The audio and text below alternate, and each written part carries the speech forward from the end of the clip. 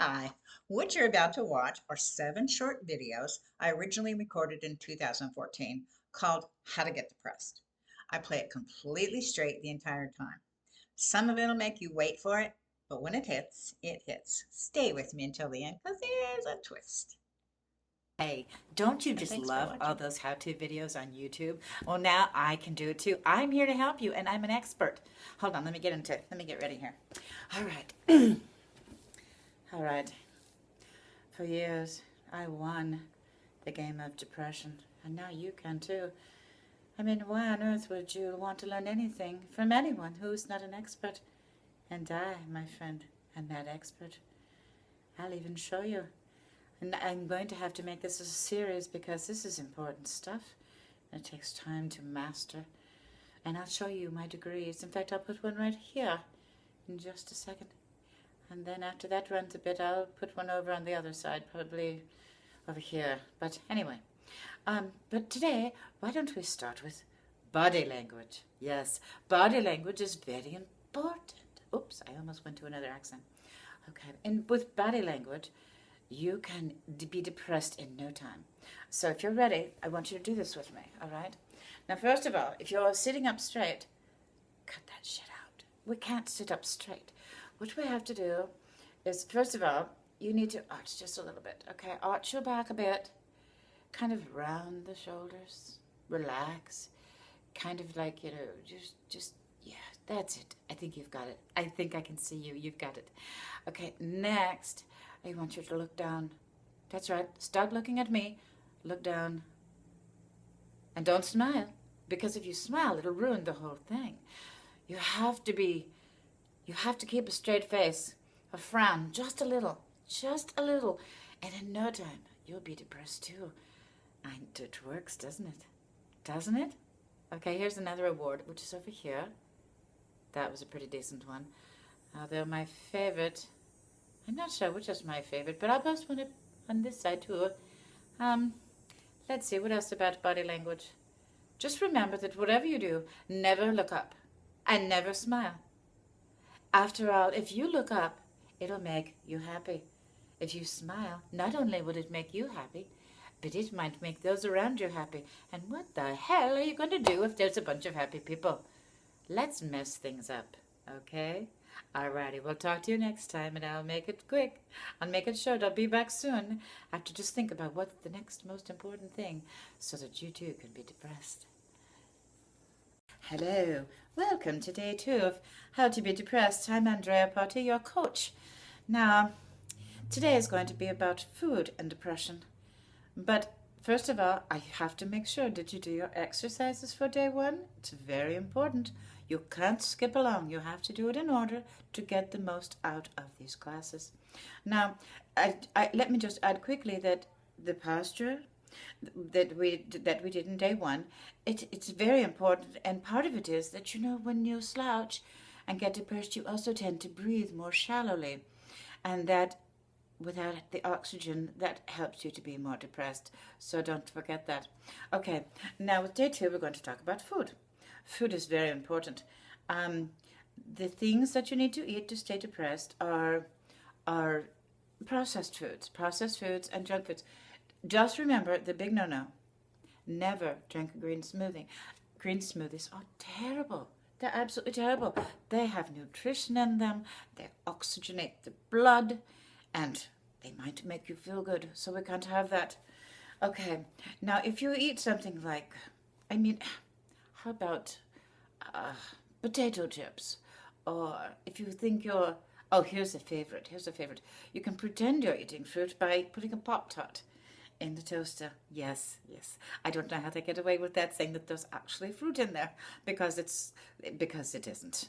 So anyway, a Pop-Tart will, that nice, terrible white flour will stick to the philia and so you won't be able to absorb nutrients of other food anyway. And the added bonus to eating junk food is that your body is still hungry because it's craving nutrients. So you get to keep eating. You can eat all day long. And then it's just very important. And pretty soon, I can't keep the same accent. Okay, next thing you know, you'll be depressed because you're gaining weight. So, keep up the good work. Now remember, your homework for tonight is 2 bags of chips, maybe some French fries, because after all, French fries have no nutritional value anymore. They've been just ruined, deep fried. There's not a vegetable left in it. And let's see, perhaps some alcohol's good too. That will definitely do it. Okay, do that homework, and I'll see you tomorrow. Welcome to day 3 of How to Be Depressed. This is Andrea Potty, your coach, and I'm here to help. Now, I don't have to remind you, you did do your exercises from day 1 and day 2, didn't you? Didn't you? All right. In that case, you should be pretty well down by now. So, another very important component, speaking of exercise, is physical exercise. Now, never, never, never exercise. Exercise is terrible. It increases your metabolism, oxygenates the blood, and improves your mood. It can totally ruin depression. Not only that, but after all that overeating and all that expensive cellulite, you don't want exercise to get rid of that, do you? Now, I know that some days are tough, but you have to remember, if you don't exercise, and you do day 1 and day 2, you're going to feel guilty. Oh, what guilt can do. Oh my. Okay, now, let's see. So, so guilt needs comfort food. We know that. So now you're eating more. So, depression is getting you, isn't it? I'm proud. Pretty soon you'll be going to the doctor for drugs, but not quite yet. Now remember, if for any reason you fall off the wagon and feel the need to exercise, here's what you do. Take junk food with you. In fact, try not to go too far. You could go to a friend's house who's also depressed. The two of you together could watch a movie, make fun of all the skinny bitches, and talk dirt, talk shit. That would be good. It would make you feel better about being depressed. And while you do that, don't forget to get an extra large pizza for the two of you with chicken wings and ranch sauce. We've got to keep the depression going. Now, after you do your homework, I'll be back and we'll continue with day 4. Good morning. I'd like to welcome you to day 4 of How to Get Depressed. Today we'll talk about depression and friends and the importance of a good pity party. Pity parties are awesome. Now, let's see. Just remember that you have to have backup with friends, because let's say that friend that you went over and had pizza with and those lovely hot wings and made you feel bloated, let's say that she's had enough of the depression and she's decided to join a gym and eat salads every day. Well, you can't have that. You've got to fix it. You've got to find other friends. So, I think it's important to me to suggest how to find other people to be depressed with. So, a potential candidate is probably right at work. After all, everyone hates their job, and they piss and moan about it all the time. So it's a great place. Even if they aren't depressed already, you can help them get there. So here's what I would do. I would start with sharing your morning. Let's just say a typical morning for a depressed person might go like this.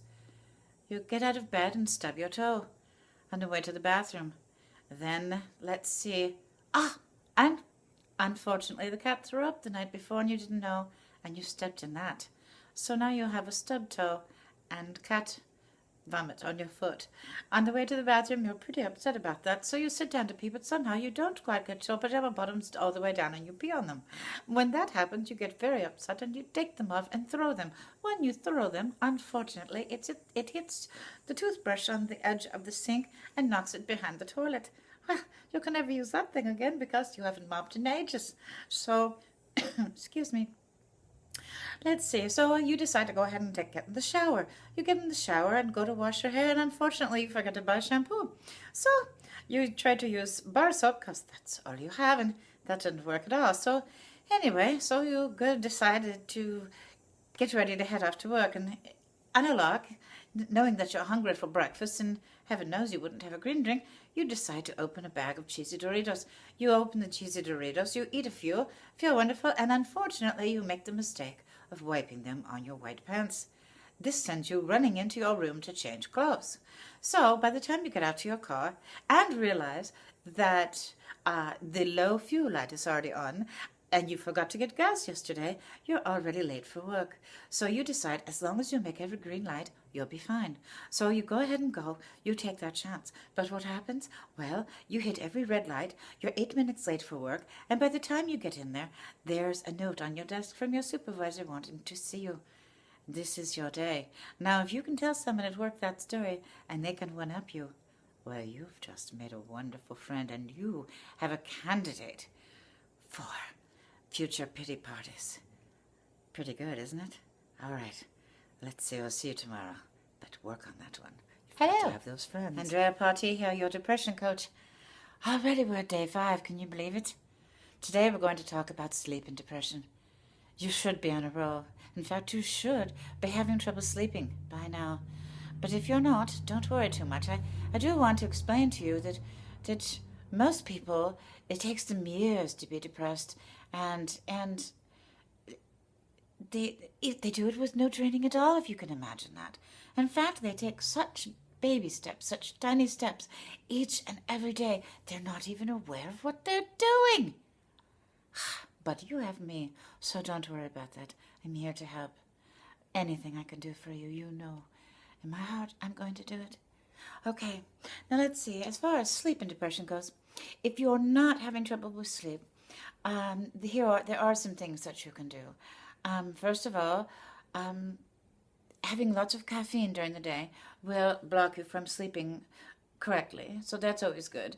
Booze is a very good one. Booze might knock you out and put you to sleep for a little bit, but it will wake you eventually in the middle of the night and you won't be feeling very good. Let's see. Eating before you go to bed will keep you from sleeping. At least you won't get a good sleep, so that's a good one. And especially something really junky.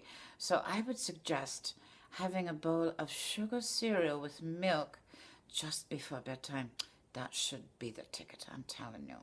And, of course, keep chocolate in the nightstand. That way, when you wake up in the middle of the night, you won't have to get out of bed. You know, that way you can just eat whenever you want to. You'll be prepared. Of course, you might sometimes, a side effect would be to have chocolate on your face when you wake up or smeared upon your pillow. But it's a small price to pay because you're becoming a master of depression. Let's see, what else is there? Could I have actually covered everything already? I just don't want you to give up. I want you to know that this is a process. And processes are just not always easy. But keep it up. I'm rooting for you. I'm proud of you. And I'll see you. Hello. It's Andrea Party, your depression coach. And I want to welcome you to day 6. Today, we're going to perfect the pity party.